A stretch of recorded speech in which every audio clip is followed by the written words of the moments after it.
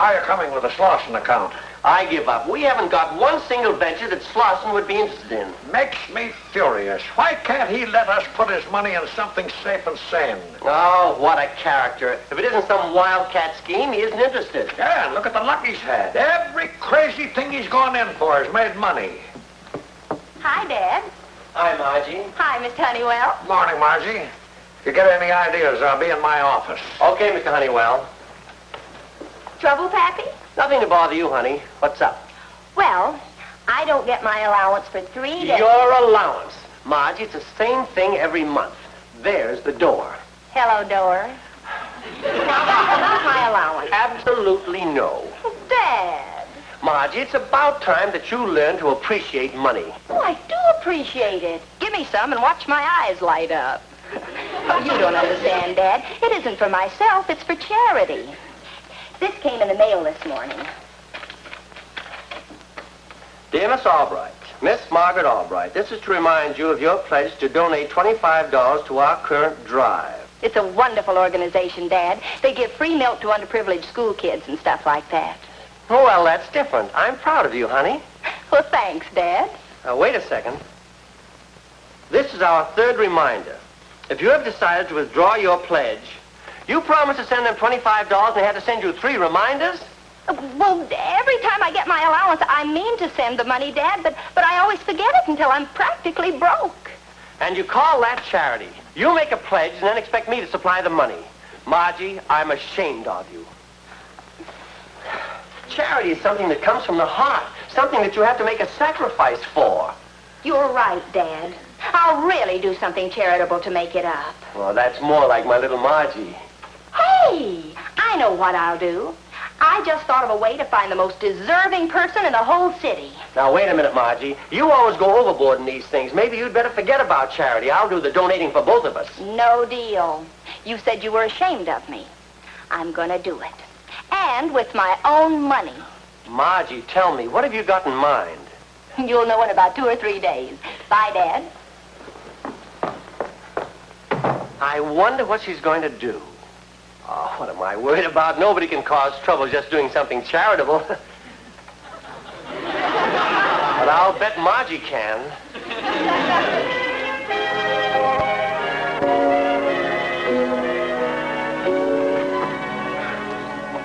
Close the door, Freddie.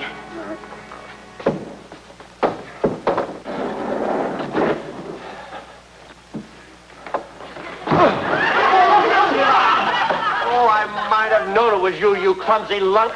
Sorry, Mr. Albright. I didn't know you were there. Oh, forget it. What have you got there? Well, I think Margie wants to tell you about that herself. Hi, Dad. This is it. It? Letters. I don't understand. Will you see, Mr. Albright?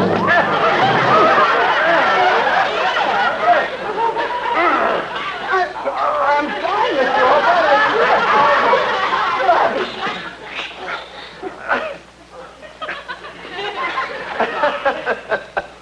First you almost break my nose, then you almost break my back. What a character.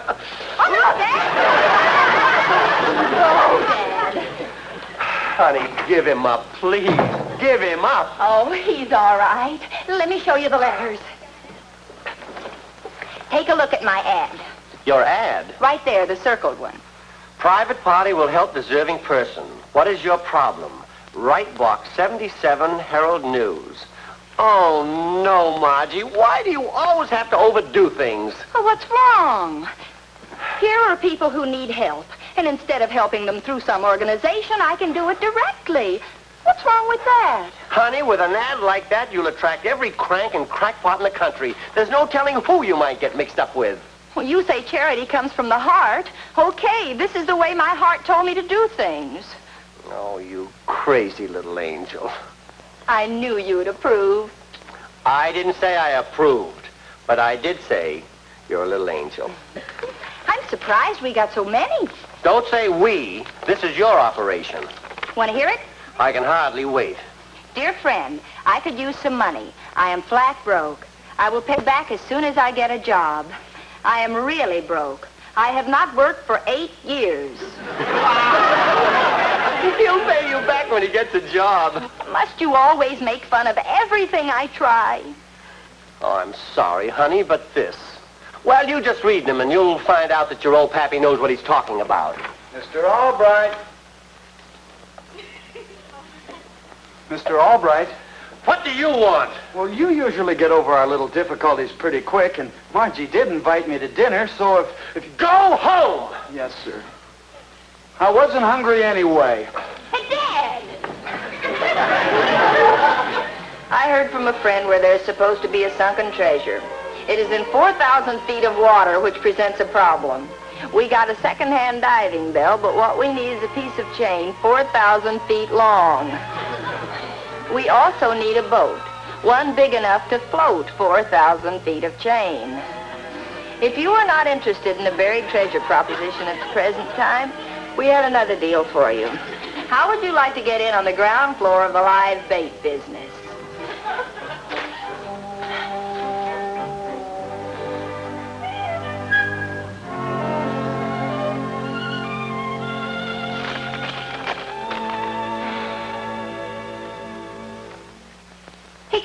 Hey, Dad, listen to this.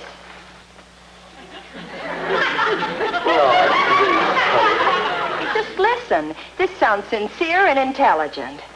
My request may sound unimportant to you, but to me it means the very breath of life. Oh, breath of life. Oh, please let me sleep, and I'll personally send him a box of breath. I have devoted my past years to perfecting a secret process, the product of which can make me independent for life. The necessary capital is very slight. I have always maintained my pride, but reluctantly at this point I must swallow my pride and throw myself on your mercy. Should you see fit to bestow upon me the warmth and generosity of your heart, I shall bless you the remaining days of my life. And one day I shall repay you tenfold. Humbly yours, Oliver Timothy Westcott. I wonder what his product is. Oh, no, Margie. I've never seen it to fail. Feminine curiosity. Now, you won't rest until you've found out just what he was talking about, will you? Well, he's too intelligent and sincere to be a crank. And he did say he'd pay me back tenfold. Tomorrow I get my allowance. You always have to learn the hard way. Yes, tomorrow morning you get your allowance. Night, Dad. Good night, dear.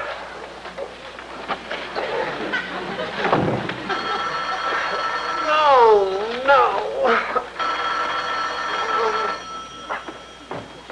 Hello. Mr. Albright, this is Freddie. What do you want it for in the morning? Would you run in the living room and see if I left my hat in there?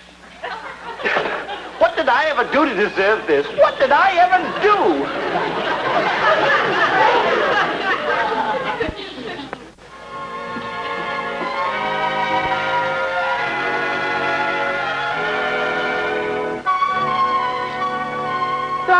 Good morning, fair one. And what can this humble servant do for his lovely landlady on this bright a.m.? This humble servant can pack up and get out of here. But, my dear lady, you must have faith. I'll soon have a supply of the secret ingredients of my wonderful perfume. Then I shall pay you every penny of the back rent I owe you. Perfume? Who do you think you're kidding? But, my dear lady, I assure you. You're showing me what? Your secret ingredients. Rye, barley. I make perfume. That's my story, and I am sticking to it. Here, have a sample of my wonderful product. You ain't fooling me anymore with that real bottle of perfume gag. You're behind on your rent. And besides, I don't want no trouble with the cops. Yeah, You've got to scram. I've got friends, and I assure you, I'll get my ingredients and... I know all about your friends. They won't stake you anymore. Because as soon as you start bringing the dough in, you start gambling. You got till noon.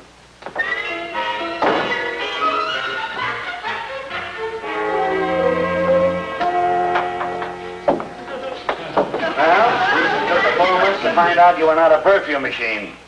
Empties. Nothing but empties.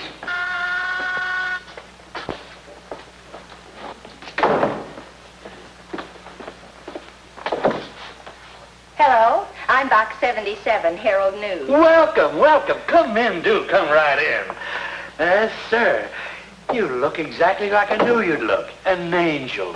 I'm an associate angel. Freddie Wilson's the name. This is Margie Albright. I am honored. I'm very anxious to learn about products, Mr. Westcott. Oh, please, please, call me Oliver. My product. Here's a small sample. Smells like perfume. Perfume? My boy, this is not simply perfume. This is a wonderful perfume. You know, for a few dollars worth of ingredients, I can make this by the jugful. You know, they sell this in the retail stores at $25 an ounce. But with my process, I can afford to deliver this to the dealers for a mere $2 per quart. Now, can you imagine the fantastic proportions that this venture might reach? Could we have a word in private? Why, certainly. Margie, if this guy's on the level, this thing could be bigger than even he thinks. Does that stuff really smell like the expensive stuff? Yes, it does. So your father doesn't think I'll amount to anything, huh? Margie, from here on in, I'm doing the talking. Well, now, wait, Freddie. I'm not looking for a business venture. I just want to help him. That's just swell, but it never hurts to help yourself and help someone else at the same time. Come on. Tell you what, Oliver, we might just be interested in making a little merger. Well, thank you, thank you. You're an angel, that's what you are. You're just a little angel. How much money have you got? $100? Well, splendid, splendid. That ought to give us a fair start. I'll tell you what Oh, dear. What's the matter? My landlady. She has no faith in me whatsoever. She considers me a nuisance. I've got to move. Oh. Well, I'll give you some money anyway, and... Just a second. If all he needs is a place to work, I think we can take care of that. Your service porch. Oh, I don't know, Freddie. What about my father? Well, Margie, who was it who said he was all for you taking an interest in charity? That's right. It was his idea, basically. And as soon as Oliver gets on his feet, he moved to a real laboratory. Oh, I'm sure it'll be all right with Dad. Bless you, bless your heart. Come on, partner. We have some dismantling to do. What a day. What a wonderful day. Well, did you ever see anything like that before? Only an old-time gas heater. Oh, it's a real gasser, all right.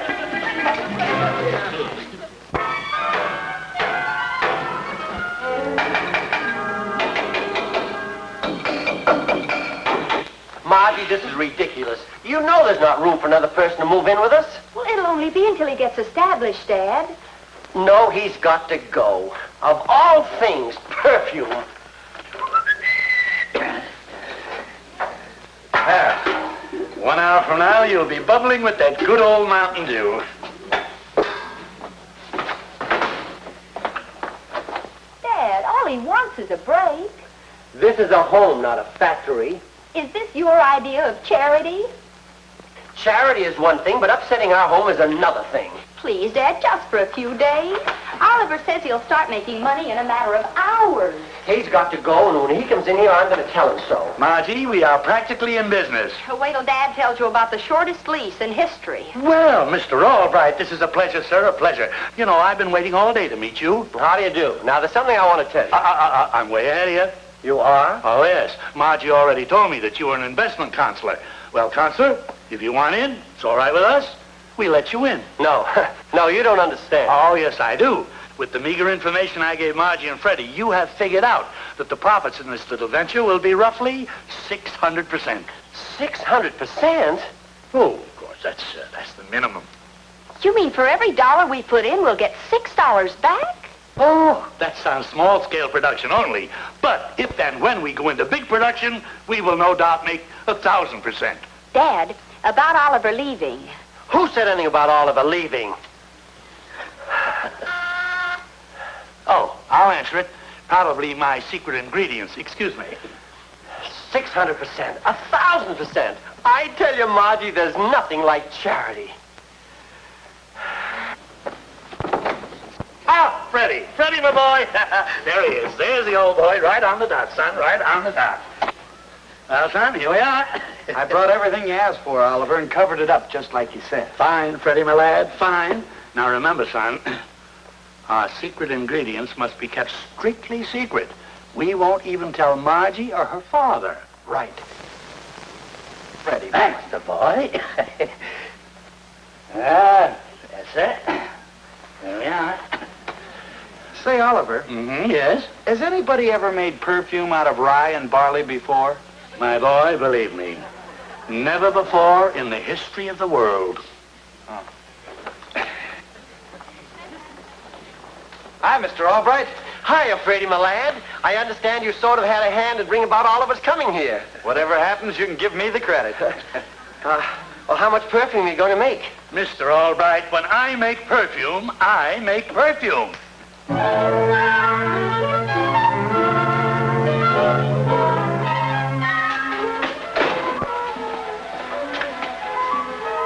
Everything's all right? I always wanted to do this on Park Avenue. Smells like a distillery. I'll fix that.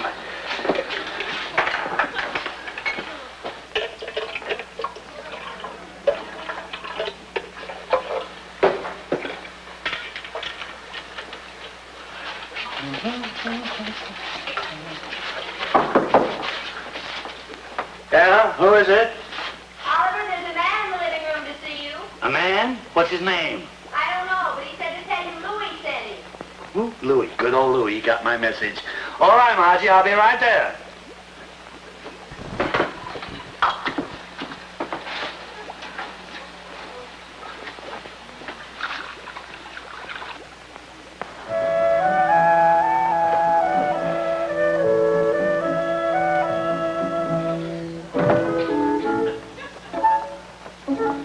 Well, Charlie, will you have the small economy size or the large economy size? The large one. Fine, fine. See you later, son.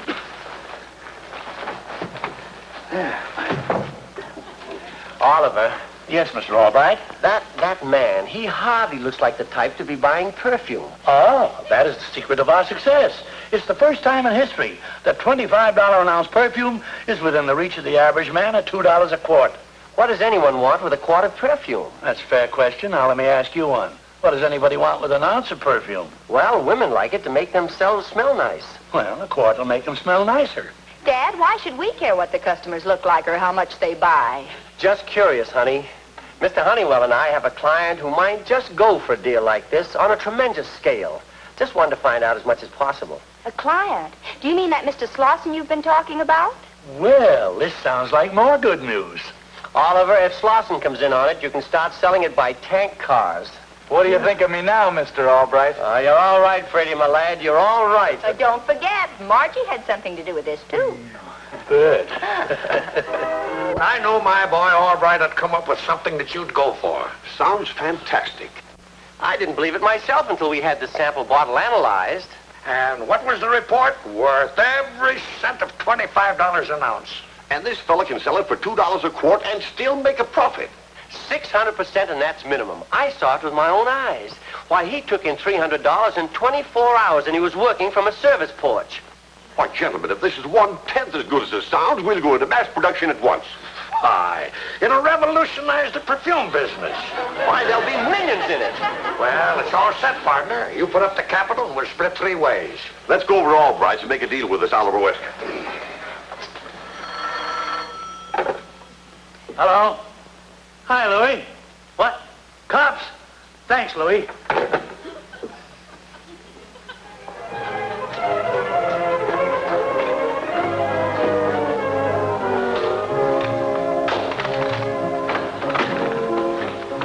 Hi, Oliver. We got the empty bottles for you. Sorry, Margie, but something dreadful has come up. What's happened? Sickness in the family.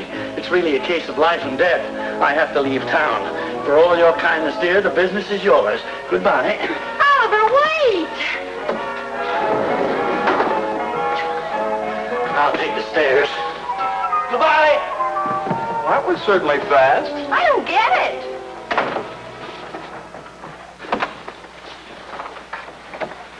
Hi, honey. Hi, Dad. Honey, this is Mr. Slauson, my daughter Margie, and Mr. Wilson. Hi. How do you do, Mr. Slauson? Nice to know you. I'm happy to know both of you. Now, where's the genius?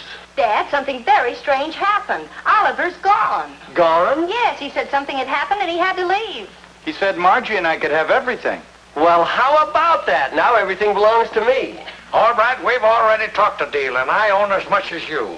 Now, wait a minute. If you two think you're cutting me out, you're quite mistaken. If I may inject a thought, gentlemen, Oliver left everything to us. You shut up. It does belong to Freddie and me. You listen to me, Margie, Albright. You go around and cover the back. I'll drop in like I'm a customer. It belongs to Freddie and me, and that's all there is to it. Now you come back here. Hold it, Albright. Let her go. When she realizes how much farther we can all go with my money, and then she'll come around. I think he's got something, all right. What we've got to be careful of is keeping this undercover until we get the patent. Yes? Hi. Could a fella get a little something in the bar around here? Sure. Come on in. Here you're really turning it out by the gallon. That's right. Could I have a word with you, Albright?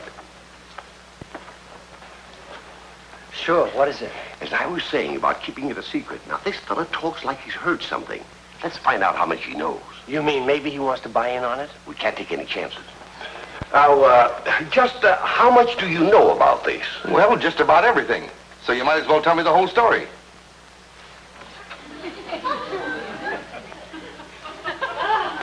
Oliver would have to lock it. If we can just hide the ingredients, they won't know how to make the stuff without us. You're darn tootin'.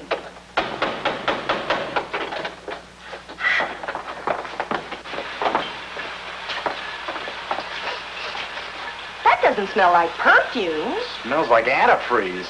What? Rye and barley. What an amazing process, making perfume out of those things. Holy mackerel. Freddie Wilson, you lunkhead. You've made us into a couple of bootleggers. What? Let's get out of Oh, here. wait. Mr. Honeywell, Mr. Slauson, Mr. Albright want to cut in, right? So? So let's give them the business. Yeah. Come on. Exactly what would you like to know, my friend? Well, first, who owns the deal that's turning this stuff out? As a matter of fact, the three of us are in it together. Come to the point. Do you want to buy in? Well, I might be interested, but first I'd like to see it. I don't know, gentlemen. It might be the more the merrier. I like this fellow's face. It's honest. Well, thanks. All right, let's go. Dad, Freddie and I have decided to step completely out of the picture. It's all yours, the three of you. Why, that's wonderful of you. Have fun. Just a minute. Yes? Sorry, but nobody leave. What do you mean? Police. Mr. Albright, please, forget about that credit I wanted. Sorry, friends. Now let's have that little peek, huh?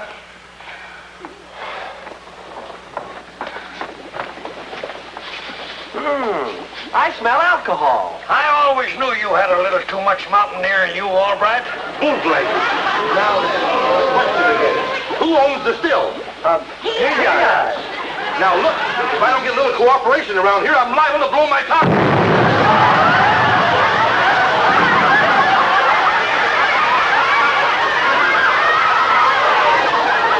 What I call blowing your top.